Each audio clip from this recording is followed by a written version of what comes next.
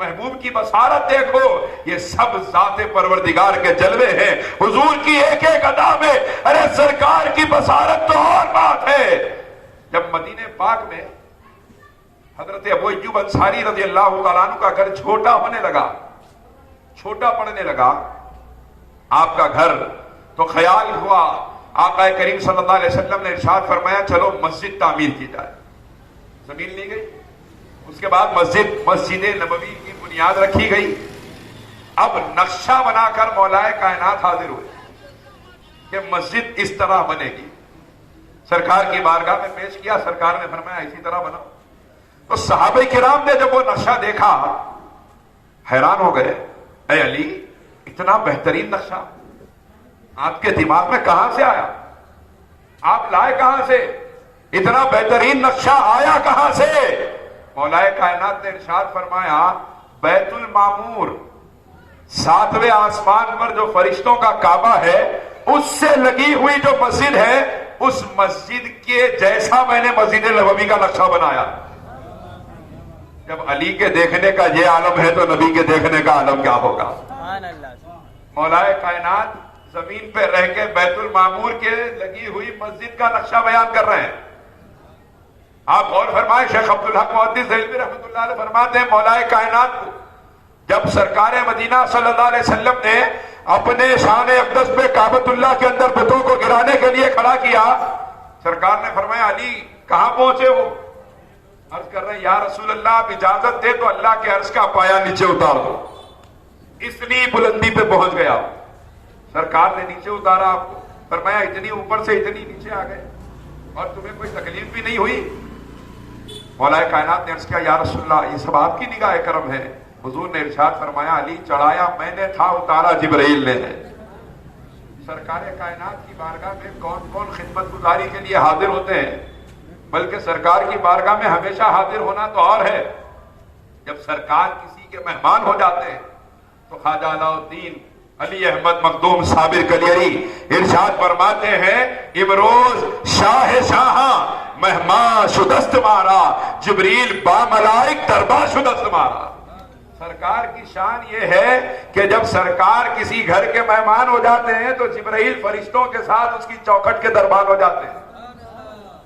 ایسی کریم ذات کا اللہ نے غلام بنا کے مجھے اور آپ کو پیدا فرمایا، اور آج اسی نبی کی شان اقدس پہ حملے، اسی نبی کی عزت پر حملے، اسی نبی کی ناموس پر حملے۔ یاد رکھیے جس کا ایمان زندہ ہے اس کے لیے روئے زمین پر عزت رسول سے بڑھ کے کچھ بھی نہیں ہے۔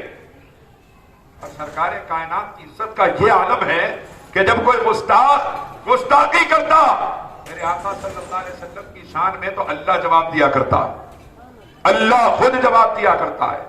آپ غور فرمائیے جب کچھ دن وحی کا سلسلہ بند رہا، بغیر تفصیل کے عرض کر رہا ہوں، کچھ دن وحی کا سلسلہ بند ہے، جبرائیل کا آنا جانا بند ہے، اور یہاں کفار مکہ کہنے لگے وَدَّا رَبُّ مُحَمَّدًا کہ محمد صلی اللہ علیہ وسلم کا رب نے ان کو چھوڑ دیا ہے، ان سے ناراض ہو گیا ہے۔ رسول پاک صلی اللہ علیہ وسلم کے بارے میں جب کفار مکہ یہ بات کہنے لگے تو سرکار کائنات صلی اللہ علیہ وسلم کے قلب مبارک پہ تھوڑا سا گرا گزرنا تھا کہ جبرائیل امین حاضر ہوئے۔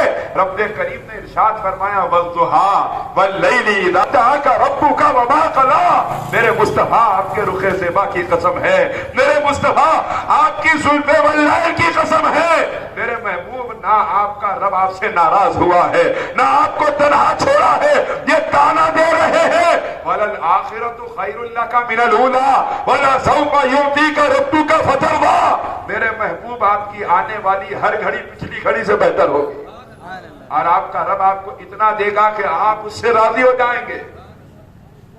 جب آج اس بدبخت نے اپنی زبان سے جو الفاظ استعمال کیے ہیں تاجدار کائنات صلی اللہ علیہ وسلم کی شان میں، نبی کریم صلی اللہ علیہ وسلم کو جو مجنو کہہ کے اس بدبخت ملعون نے وہ کہا ہے، یہ آج ہی نہیں ہوا ہے، 1450 برس پہلے سرکار کے زمانے میں بھی ایک بدبخت تھا جس نے سرکار کے بارے میں کہا تھا کہ نعوذ باللہ یہ مجنو ہے۔ اللہ تبارک و تعالیٰ نے فرمایا نون والقلم وما یسطرون، میرے محبوب قسم ہے قلم کی اور ان سطروں کی جو میرے حکم سے یہ قلم لکھ رہے ہیں. اب آپ دیکھیے رب کریم نے اس کی برائیوں کو گنوایا ہے، جبکہ برائیوں کو چھپانا اسلام سکھاتا ہے. قرآن نے اخلاق سکھائے ہیں، قرآن نے لوگوں کے عیبوں کو چھپانا سکھایا، لیکن جب عزت رسول کا مسئلہ آیا رب کریم نے اس کی 10 برائیوں کو گنوایا. یہ چغل خور ہے، یہ مکار ہے، یہ فلاں ہے فلاں ہے، سب گنواتے ہوئے ایک برائی وہ بھی گنوائی جس سے کوئی بھی واقف نہ تھا. رب کریم نے ارشاد فرمایا میرے مصطفیٰ جو آپ کی شان میں گستاخی کر رہا ہے نا یہ حرام کا ہے، حلال کا نہیں ہے. قرآن بتا رہا ہوں. آپ سوچ رہے ہوں کہ کیا بول رہے ہیں صاحب؟ قرآن بتا رہا ہوں. قرآن کہہ رہا ہے اس کی اصل میں خطا ہے. کیا پتا چلا جو آپ کی شان میں گستاخی کرے اس کے عیبوں کو چھپاتا نہیں ہے، رب کریم باہر لا دیتا ہے. اور گستاخ جو آپ کا ہوتا ہے یقیناً اس کی اصل میں خطا ہوگی. جو آپ کی شان عزت میں گستاخی کر رہا ہے رب کریم نے ارشاد فرمایا یہ حلال زیادہ نہیں ہے، یہ حرام زیادہ ہے. اس کی اصل میں خطا ہے جو آپ کی شان میں گستاخی کر کے دندناتا پھر رہا ہے. جب حضور نے اس کا اعلان فرمایا وہ اپنی ماں کے پاس گیا، جا کے کہنے لگا ماں کیا بات ہے مجھے بتاؤ، کیونکہ محمد جو کہتے ہیں وہ سچ کہتے ہیں، کبھی جھوٹ نہیں کہتے. گستاخوں کا بھی یہ عالم تھا، گستاخوں کا بھی یہ عالم تھا کہ وہ کہتے ہیں محمد جو کہتے ہیں صلی اللہ علیہ وسلم جھوٹ نہیں کہتے، وہ جو بھی کہتے ہیں سچ کہتے ہیں. اس کی ماں نے کہا محمد نے جو کہا ہے وہی سچ ہے. میں بتانا یہ چاہتا ہوں کہ اللہ تبارک و تعالیٰ نے عیبوں کو چھپانے والا پروردگار جب اپنے محبوب کی عزت کا معاملہ آتا ہے اللہ تبارک و تعالیٰ عیبوں سے پردے اٹھا دیا کرتا ہے، ذلیل و خوار کر دیا کرتا ہے. اور یہی محبت، ایسی ہی محبت سرکار کے صحابہ نے کی ہے. آپ سرکار فاروق اعظم کی زندگی دیکھیں، آپ مولا علی مشکل کشا کی زندگی دیکھیں. یہ زندہ رہنا نہیں چاہتے تھے. جب غزوہ احد میں ان کو پتا چلا کہ سرکار شہید ہو گئے ہیں، حضرات حد تو یہ ہے ہم بڑی باتیں کرتے کہ نبی کے اوپر سب کچھ قربان ہے. ایک غزوے کا موقع ہے، ایک صحابیہ اپنا بچہ شیرخوار بچہ لے کر آئی. عرض کیا یا رسول اللہ میں بچے کو جنگ میں پیش کرنا چاہتی ہوں. سرکار نے ارشاد فرمایا یہ بچہ جنگ میں میرے کیا کام آئے گا؟ تو اس صحابیہ نے عرض کیا یا رسول اللہ کوئی اور کام میں تو نہیں آئے گا، بس میں اتنا چاہتا ہوں، اتنا چاہتی ہوں کہ جب دشمن آپ کے اوپر تیر و تلوار سے حملہ کریں گے آپ اس بچے کو ڈھال بنا کر روک لیجئے، تاکہ مجھے یہ گوارا ہے کہ میرے بچے کے جسم کے ٹکڑے ٹکڑے ہو جائیں لیکن آپ کے جسم تھر پہ خراش بھی آ جائے میں یہ برداشت نہیں کر سکتی. یہاں پہ فجر کی نماز نبی کی آنکھوں کی ٹھنڈک نماز میں ہے، اور نماز کے واسطے 10 منٹ کی نیند نہیں قربان کر رہا، انہیں بچے قربان کرتا، انہیں خاندان قربان کرتا. نعرے اپنی جگہ ہے، کھوکھلے دعوے اپنی جگہ ہے، حقیقت اپنی جگہ ہے، لیکن حقیقت کے اعتبار سے ہم کہاں جا رہے ہیں؟ آپ غور کیجئے، اکل حرام ہر جگہ حرام کھاتا ہوا انسان نظر آ رہا ہے، ہر جگہ جھوٹ کی کمائی، ہر جگہ حرام کی کمائی، ہر جگہ. اور حیرت تو یہ ہے لینڈ گرابر، لوگوں کی زمینوں پہ قبضہ کرنے والا، یتیموں اور بیواؤں کا مال کھانے والا. کس کو حقارت سے دیکھ رہا؟ کوئی آدمی منڈی پہ ترکاری بیچ رہا، کوئی آدمی منڈی پہ پیاز بیچ رہا، کوئی آدمی پنچر کی دکان پہ بیٹھا ہوا ہے، تو یہ لوگوں کا مال کھا کے پلنے والا اس کو حقارت سے دیکھ رہا. یہ دیکھو ترکاری کا کام ہے اس کا، یہ دیکھو پیاز بیچتا انہیں، یہ دیکھو پنچر بناتا انہیں. یہ خود اتنا بڑا گناہ میں ہو کر جس کو حقارت کی نظر سے دیکھ رہا ہے، میرے آقا ارشاد فرماتے ہیں کہ اللہ تبارک و تعالیٰ نے اتنا پسند فرمایا ہے محنت کی کمائی کو. میرے سرکار فرماتے ہیں وہ تاجر جو اکل حلال کمانے کے لیے محنت کرتا ہے اللہ تعالیٰ قیامت کے دن اس کو انبیاء، صدیقین اور شہداء کی صفوں میں کھڑا کرے گا.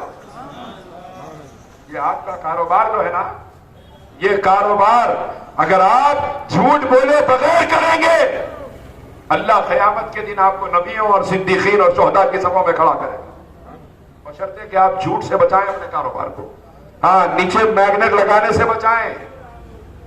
ایک بتائیں ایک بیچ دیے،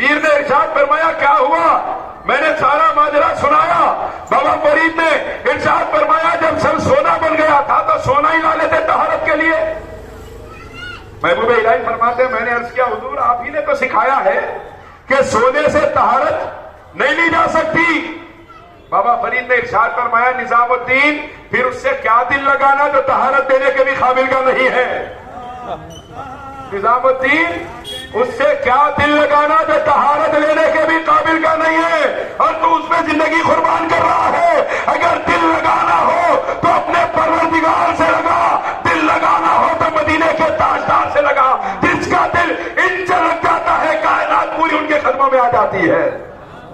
یہ ہے شان ان لوگوں کی جنہوں نے حرام سے اپنے آپ کو بچایا. آپ سے درخواست کرتا ہوں روزانہ کاروبار ہوتا ہے, لیکن آج کل مزاج کیا ہے؟ کوئی آ گیا کچھ لینے کے لیے, آپ نے کہا 50, اس نے کہا 40, ہم کہہ رہے ہیں نہیں مجھے خود 45 میں ملا جبکہ آپ کو ملا 40 میں. ہم نے کہہ دیا نہیں مجھے خود 45 میں ملا. یہ جتنی کمائی اس جھوٹ کے جملے کی وجہ سے ہوگی سارا کا سارا مال ناجائز ہے, اور یہ مال ہم جھوٹ بول کے کما کے اپنے بچوں کو لے جا کے جب کھلا رہے ہیں. یاد رکھیے نسلوں کے نافرمان ہونے پر رونے سے پہلے اپنی حرام کمائی پر رونے کی ضرورت ہے. نسلیں بعد میں نافرمان ہوتی ہیں, پہلے ہم نے جو جہنم کے انگارے پیٹ میں ڈالے ہیں حرام کمائی کی لقموں کی صورت میں, اس سے اپنی اولاد کو بچائیے, اس سے اپنی اولاد کو بچائیے.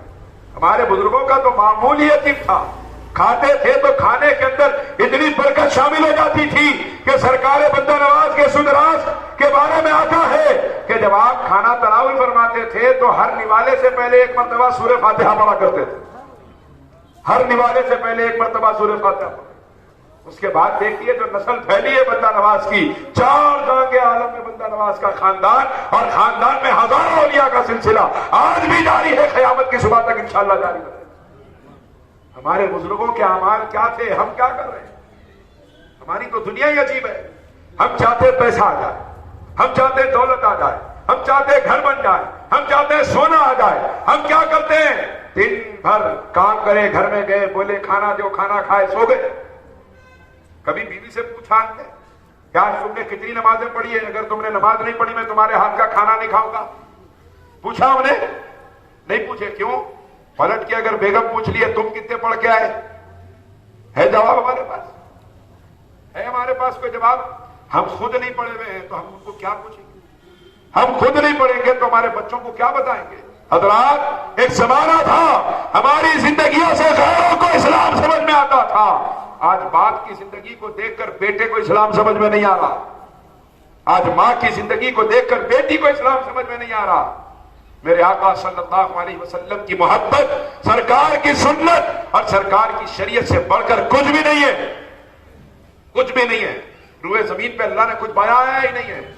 اور بہت سے لوگ ایسے بھی ہیں, خاص طور سے ہمارے پرانے شہر کے اندر, جو بڑی بڑی باتیں بھی کرتے ہیں. وہ جب شریعت الگ ہے, طریقت الگ ہے, یہ فلاں معاملہ الگ ہے, فلاں معاملہ الگ ہے. سرکار بندہ نواز ارشاد فرماتے ہیں شریعت ہمارے سر کے بال ہیں. شریعت کیا ہے؟ ہمارے سر کے بال. اس کے درمیان کی جو مانگ ہے وہ طریقت ہے, اور جو سر ہے, سر کے اندر جو بھیجا ہے وہ حقیقت ہے, اور بھیجے کے اندر کی جو فکر ہے وہ معرفت ہے. اب یہاں قصہ یہ ہے سر پہ بالیں نہیں ہے, مانگ جمانے کی فکر میں لگا ہوا ہے. نہیں, شریعت کی فکر ہی نہیں ہے, بڑے بڑے باتوں میں لگا ہوا ہے. شریعت سے سوچ کے کچھ بھی نہیں ہے. جو کچھ ہے سب سے پہلے شریعت ہے. اور آج کل کاروباروں میں نے دیکھا فلاں صاحب ایسا کر کے بیچ دیے, جھوٹ بول کے بیچ دیے, نہیں میرے کو اتنے میں پڑا بولے بیچ دیے. ارے بھائی یہ نہیں بولنا, بولے نہیں اتنا تو چلتا کاروبار میں. یہ بھی بولنے والے ہیں اتنا تو چلتا کاروبار میں. یاد رکھیں سرکار کی شریعت کسی کے والد بزرگوار کی جاگیر نہیں ہے. جو کوئی کہہ دے اتنا تو چلتا کاروبار میں, کوئی نہیں کہہ سکتا.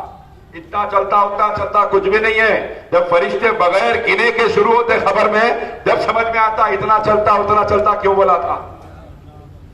وہ لوگ مار کے گنتے نہیں, اور پھر ایک ایک مار ایسی مارتے کہ یار جتنے لوگوں کو کیا کیا کرا تھا سب بدلے ایک مار میں نکل جاتے.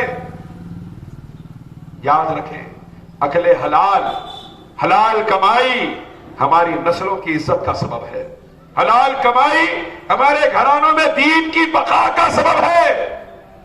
حلال کمائی اختیار کیجئے اور سرکار کی محبت کے معاملے میں کوئی کمپرومائز نہیں. سرکار کی ناموس و عزت کے معاملے میں کوئی کمپرومائز ہرگز نہیں ہو سکتا.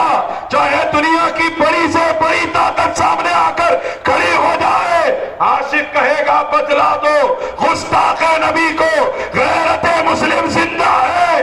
ان پہ مر مٹنے کا جذبہ کل بھی تھا اور آج بھی ہے اور ہمیشہ رہے گا انشاءاللہ. لیکن یہ بڑی تکلیف کی بات ہے کہ بے دریغ گستاخیاں ہو رہی ہیں اور ہم کیا کر رہے ہیں؟ ہم کو تو فکر ہی نہیں ہے. وہ کرنے والے مولویاں کام کر رہے ہیں. نہیں، صاحب بولے صاحب صحیح ہے، آپ گئے FIR کرائے وہ ملون کے اوپر، کیا فائدہ ہوا؟ کچھ فائدہ ہوا کیا؟ آ گیا کیا انہیں؟ آپ کیس کریں، آ گیا کیا؟ تو میں نے ان سے جواب دیا کہ بھائی ہمارے کرنے سے کیا ہوگا کیا نہیں ہوگا ہمیں اس سے مطلب نہیں ہے. ہمیں اس سے مطلب ہے کہ جب قیامت کے میدان میں عزت رسول کے لیے کھڑے ہونے والوں کے نام پکارے جائیں گے، اس میں آپ کا بھی نام آنا چاہیے، میرا بھی نام آنا چاہیے. ہم بولے میرے FIR کرنے سے کیا ہوتا؟ کچھ نہیں ہوگا یہاں پہ، لیکن میدان محشر میں عزت رسول کے لیے کھڑے ہونے والوں میں جب نام آئے گا اللہ ہمیں عزتوں سے سرفراز فرمائے گا. ہمیں اس لیے آگے بڑھنا ہے. دوسری بات، پیران پیر کی محفل ہے، وہ آخری بات ایک پیران پیر کی کرامت کے حوالے سے آپ حضرات کے خدمت میں رکھوں کہ سرکار غوث پاک کی بہت کرامات، بے شمار کرامات ہیں. جس طرح حضور کو اللہ نے معجزات کی کثرت عطا فرمائی، غوث پاک کو کرامات کی کثرت عطا فرمائی. اب آپ غور فرمائیے، کرامتیں جب بیان ہوتی ہیں تو کبھی شبہ ہو جاتے ہیں لوگوں کہ بھئی ایک مرید آیا پیران پیر کو اپنا خواب سنانے کے لیے اور پیران پیر نے اس کا خواب اس کے بولنے سے پہلے خود اس کو سنا دیا. اب لوگ سوال کر رہے ہیں کہ بھئی ایسا کیسا ہو سکتا؟ خواب دوسرا دیکھا، پیران پیر کو کیسا معلوم ہے؟ ہم یہاں اگر کوئی آدمی سو رہا ہے وہ خواب میں امریکہ پھر کے آ رہا بھی تو ہم میران منڈی میں رہتے، لیکن پیران پیر کو کیسے پتا چل گیا کہ خواب میں کیا ہو رہا ہے؟ مرید کا خواب ان کو کیسے پتا چلا؟ انشاءاللہ دلیل ایسی دوں گا جس کا ایمان سلامت ہے زندگی بھر انکار نہیں کر سکے گا. جس کا ایمان سلامت ہے دلیل ایسی دوں گا انشاءاللہ. امام سخاوی رحمت اللہ علیہ، جن کے نام پر کسی بھی مکتب فکر کو اختلاف نہیں ہے، وہ امام سخاوی اپنی عظیم المرتبت معرکۃ الاعلیٰ تصنیف القول البدی کے اندر نقل فرماتے ہیں. کیا ارشاد فرماتے ہیں امام سخاوی رحمت اللہ علیہ کہ مولائے کائنات سیدنا علی المرتضیٰ شیر خدا خیبر شکن حیدر کرار کرم اللہ تعالی وجہ الکریم ایک مرتبہ اپنے گھر میں بیٹھے ہیں اور رات کو بڑی بے چینی ہو رہی ہے. سیدنا فاروق اعظم کی خلافت کا زمانہ ہے اور اپنے گھر میں بے چین ہے، سرکار کے دیدار کے لیے بے چینی ہے.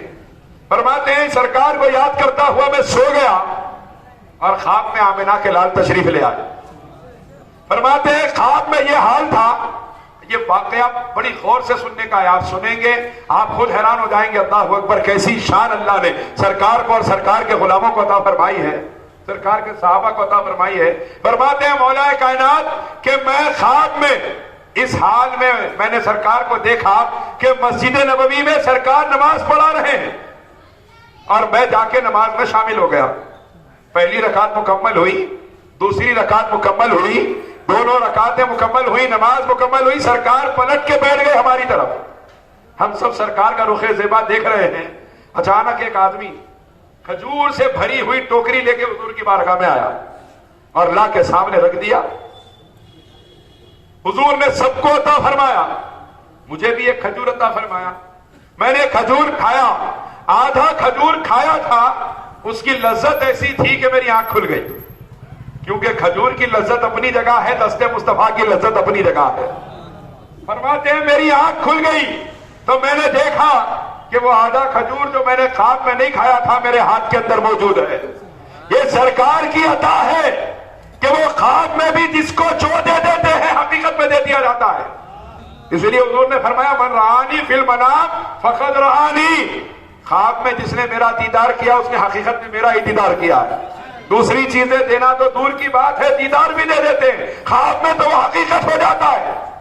مولا علی فرماتے ہیں میں نے کھا لیا کھجور کو، اور اس کے بعد نکلا، نماز کا وقت تھا، میں نماز کے لیے مسجد نبوی میں داخل ہوا، جماعت کھڑی تھی، اور حیران میں اس وقت ہوا، مولا کائنات فرماتے میں حیران اس وقت ہوا کہ پہلی رکعت چل رہی تھی، عمر بھی پہلی رکعت میں قرآن کی وہی سورت پڑھ رہے تھے جو سرکار نے خواب میں پہلی رکعت میں پڑھی تھی۔ پہلی رکعت ہو گئی، دوسری رکعت کے لیے کھڑے ہوئے، دوسری حیرانی یہ تھی کہ عمر نے دوسری رکعت میں خواب میں وہی پڑھا جو سرکار، حقیقت میں وہی پڑھا جو سرکار نے خواب میں دوسری رکعت میں پڑھا تھا۔ فرماتے ہیں اس کے بعد جب نماز مکمل ہوئی، عمر بھی ہم لوگوں کی طرف چہرہ کر کے بیٹھ گئے۔ تیسری حیرانی اس وقت ہوئی جب ایک آدمی کھجور کا ٹوکرا لے کر جس طرح حضور کے پاس خواب میں آیا تھا، عمر کے پاس حقیقت میں آ گیا۔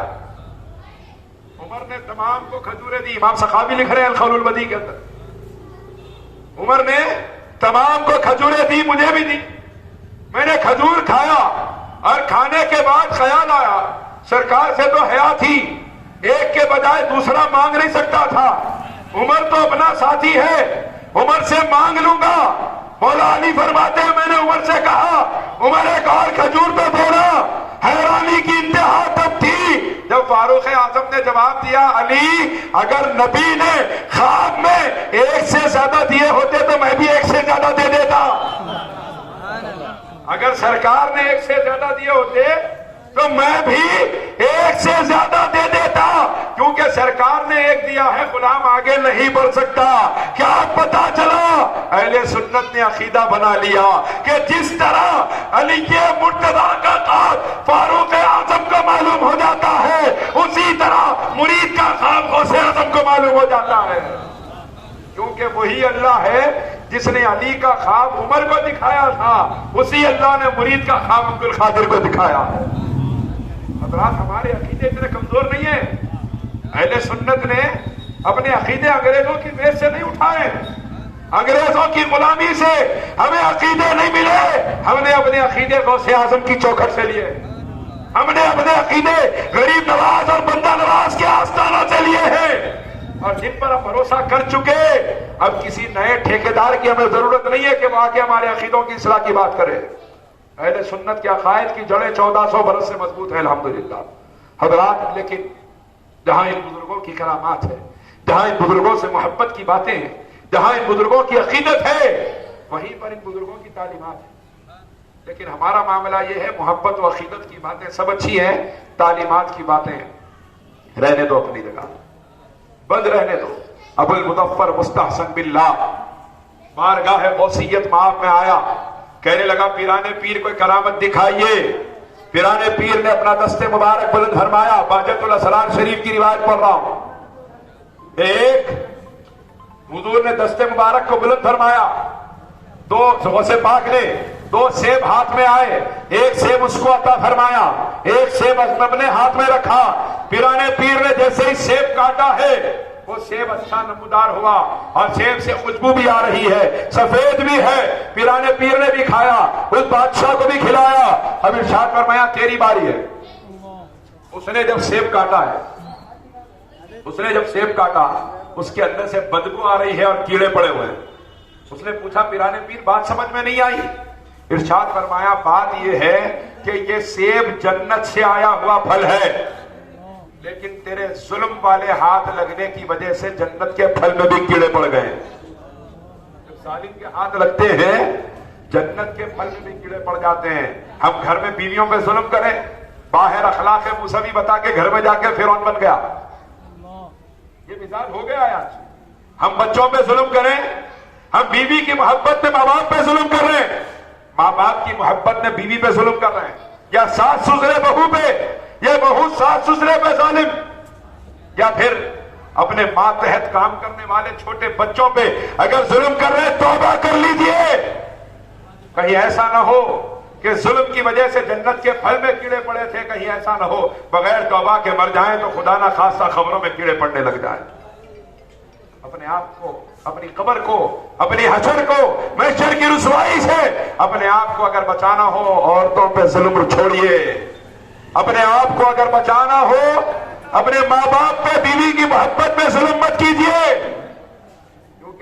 وہ کام ہے جس سے اللہ جب ناراض ہو جاتا ہے تو نسلیں ویران ہو جایا کرتی، خاندان خیر آباد ہو جایا کرتے۔ اور ان بزرگوں کی صحبت میں کیا ملتا ہے، ان بزرگوں کی محبت میں کیا ملتا ہے؟ میں نے ایک آیت مبارکہ پڑھی ہے، اتقوا اللہ وکونوا مع الصادقین۔ اللہ ارشاد فرما رہے ہیں لوگوں اللہ سے ڈرو اور سچوں کے ساتھ ہو جاؤ۔ اب لوگ کہہ رہے ہیں کہ سچوں کا زمانہ تو گیا، اس زمانے میں کہاں ہیں اولیاء؟ اولیاء کا زمانہ گیا حضرات، انبیاء کا زمانہ گیا ہے، صحابہ کا زمانہ گیا، تابعین کا زمانہ گیا، تبع تابعین کا زمانہ گیا، اولیاء کا زمانہ کہیں جانے والا نہیں ہے۔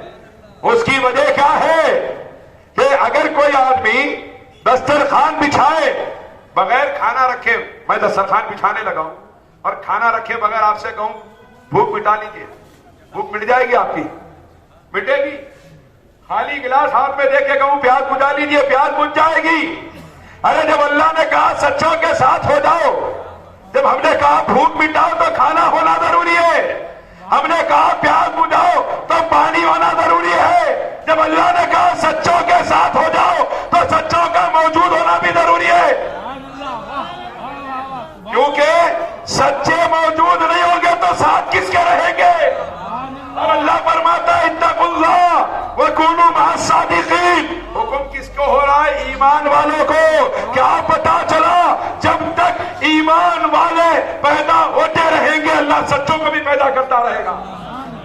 اور یہ ولایت کا سلسلہ جو ولایت حیدری کے ذریعے جاری ہوا ہے قیامت کی صبح تک باقی رہے گا انشاءاللہ۔ ان کی خدمت میں رہنے سے کیا ملتا ہے؟ اجازت ہے ایک واقعہ سناؤں؟ خطبہ مدینہ امام عبداللہ یافعی نقل فرماتے ہیں، شیخ ابو عامر بصری غالباً رحمت اللہ علیہ چلے ہیں، اس زمانے میں غیر مسلم بھی مسلمان بزرگوں کے ساتھ رہنا چاہتے تھے۔ آج تو مسلمان ہی رہنا نہیں چاہتے، اپنے کو نوٹ سے فرصت ملی تو بزرگوں کی صحبت کو پکڑتا، اپنے کو کاروبار سے فرصت ملی تو جاتا، نہیں فرصت ہی نہیں ہے۔ صبح اٹھا کاروبار، رات میں سویا کاروبار، اب تو 2 بجے رات کو کیا کر رہے ہیں؟ وہ فلاں کو گوگل پے کرنا تھا اس میں مصروف، یہی ہو گیا نا، گوگل پے، فون پے، پے ٹی ایم، یہی مصروفیت ہو گئی۔ یہ کچھ بھی نہیں ہے تو پھر واٹس ایپ زندہ باد، واٹس ایپ کا گروپ نہیں ہے، فیس بک زندہ باد۔ وقت ہی کہاں ہے ہمارے پاس بزرگوں کی صحبت میں رہنے کا؟ اب آپ دیکھیے بزرگوں کی صحبت میں رہنے سے کیا ہوتا ہے۔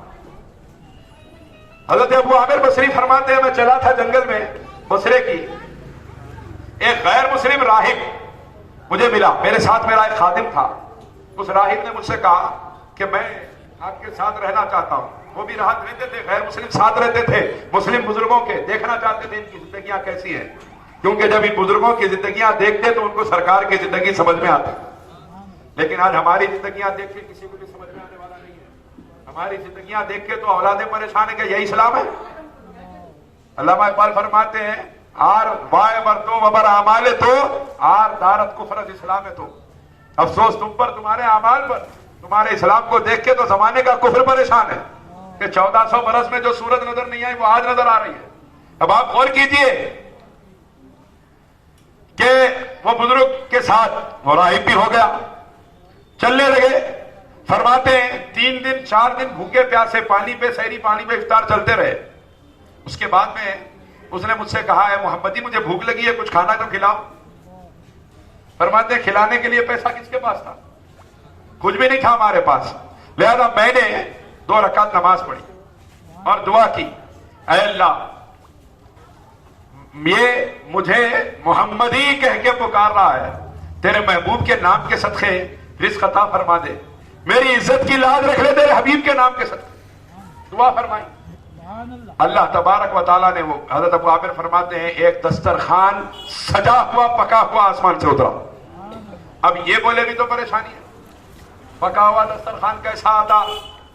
ارے جب قرآن کہہ رہا ہے موسیٰ علیہ السلام کی پوری قوم کے لیے منو سلوا اترتا رہا، وہاں پہ کوئی شک نہیں آیا، اور نبی کی امت کے لیے اتر رہا ہے تو پھر ایسا کیسا اتر گیا؟ میں نے اس لیے پہلے کہا ہمارے عقیدوں کی جڑیں کمزور نہیں ہیں، قرآن و حدیث سے سب ثابت ہے۔ ایک دسترخوان اترا، فرماتے ہیں میں نے بھی کھایا، خادم نے بھی کھایا، اس نے بھی کھایا، 1 ہفتہ گزر گیا اسی طرح بھوک پیاس، سحری افطار پانی پہ۔ میں نے خیال کیا کہ پھر کہیں مجھے کہہ دے گا کہ پھر سے چاہیے کھانا. میں نے کہا اب کہ تیری باری, اب کہ تو کھانا کھلائے گا. اس نے کہا ٹھیک ہے. وہ لکڑی پہ سہارا لگا کے کچھ دیر کھڑا ہو گیا. وہ بزرگ فرماتے ہیں کہ وہ کھڑا ہی تھا کہ ایک دسترخوان آسمان سے اترا, اور اس میں ہر چیز اس دستر سے ڈبل تھی جو میری دعا کی وجہ سے آیا تھا. میری دعا پہ جو آیا تھا اس سے ڈبل ہر چیز اس کے دستر پہ آئی. مجھے ایسی جھجلاہٹ کی کیفیت ہوئی, میں نے کہا کھانے نہیں کھاؤں گا. اندر سے تکلیف ہوئی, کھانا نہیں کھاؤں گا. آپ میں تو کھا لے کھانا. اس نے کہا آپ کھائیے, میں 2 خوشخبریاں سناؤں گا. اس نے کیا کہا؟ کھا لیجیے. میں کتنی خوشخبریاں ہیں؟ جاگ رہے ہیں آپ لوگ؟ کتنی خوشخبریاں ہیں؟ 2 خوشخبریاں سناؤں گا. پہلی خوشخبری تو یہ ہے کہ میں مسلمان ہو گیا ہوں. پہلی خوشخبری یہ ہے میں مسلمان ہو گیا. اور دوسری خوشخبری یہ ہے کہ میں نے اپنی لکڑی پہ سہارا لگا کے اللہ کو پکارا اور کہا اے اللہ, اگر اس بزرگ کی جس کے ساتھ میں چل رہا ہوں تیری بارگاہ میں کوئی قدر ہے تو اس کے وسیلے سے رزق عطا فرما. تو یہ جتنا رزق اترا ہے آپ کے وسیلے کی وجہ سے اللہ نے عطا فرمایا ہے. تو حضرات, اولیاء کرام کے وسیلے اللہ کی بارگاہ میں مقبول ہیں, اور ان کی صحبتوں میں رہنے سے بندہ بھی خدا رسیدہ ہو جاتا ہے. اسی لیے آقا کریم صلی اللہ علیہ وسلم فرماتے ہیں, حدیث قدسی ہے, رب کریم نے فرمایا میں اپنے اوپر اس بندے کی محبت کو لازم کر لیتا ہوں جو میرے محبوبوں سے محبت کرتا ہے. پھر فرمایا میں اپنے اوپر اس بندے کی محبت کو بھی لازم کر لیتا ہوں جو میرے محبوب بندوں کی مجلسوں میں بیٹھا کرتا ہے. پھر فرمایا میں اپنے اوپر اس بندے کی محبت کو بھی لازم کر لیتا ہوں جو میرے محبوبوں کی زیارت کے لیے جایا کرتا ہے. پھر فرمایا میں اپنے ان بندوں کی محبت کو بھی اپنے اوپر لازم کر لیتا ہوں جو میرے محبوبوں کو نذرانے دیتے ہیں, ان کی خدمت کیا کرتے ہیں. یہ اللہ کا محبوب بن جاتا ہے بندہ جب ان کے محبوبوں کے ساتھ وقت گزارنے کی کوشش کرتا ہے, ان کی خدمت میں وقت گزارتا ہے. پیسے کی خدمت موت تک چلتی رہے گی. اہل اللہ کی صحبت و خدمت اختیار کیجئے تو یہاں بھی ہماری عزت کا سامان ہوگی, وہاں بھی عزت کا سامان ہوگی انشاءاللہ. اللہ تبارک و تعالی ہم تمام کو کہنے اور سننے سے زیادہ عمل کی توفیق عطا فرما. ہم تمام کو تیرے حبیب کی محبت میں, تیرے حبیب کی محبت کے سمندر میں غوطہ زن رہ کے زندگی گزارنے کی توفیق عطا فرما. آمین یا الہی. دعا ازمن گردت قبول استفیل پنجتن بحر غوث اعظم و خواجہ خواجگان زمن استفیل بندہ نواز سلطان و خواجہ دکن چو نام محمد آوردہ شد بندہ نواز ہر بندہ سلطان دکن شد پائندہ اے جان رسول امی مدد لی خمسۃ لطفی بہا ہر الوباء الحاطمہ المصطفیٰ والمرتضیٰ وابناہما والفاطمہ وآخر دعوانا الحمدللہ رب العالمین.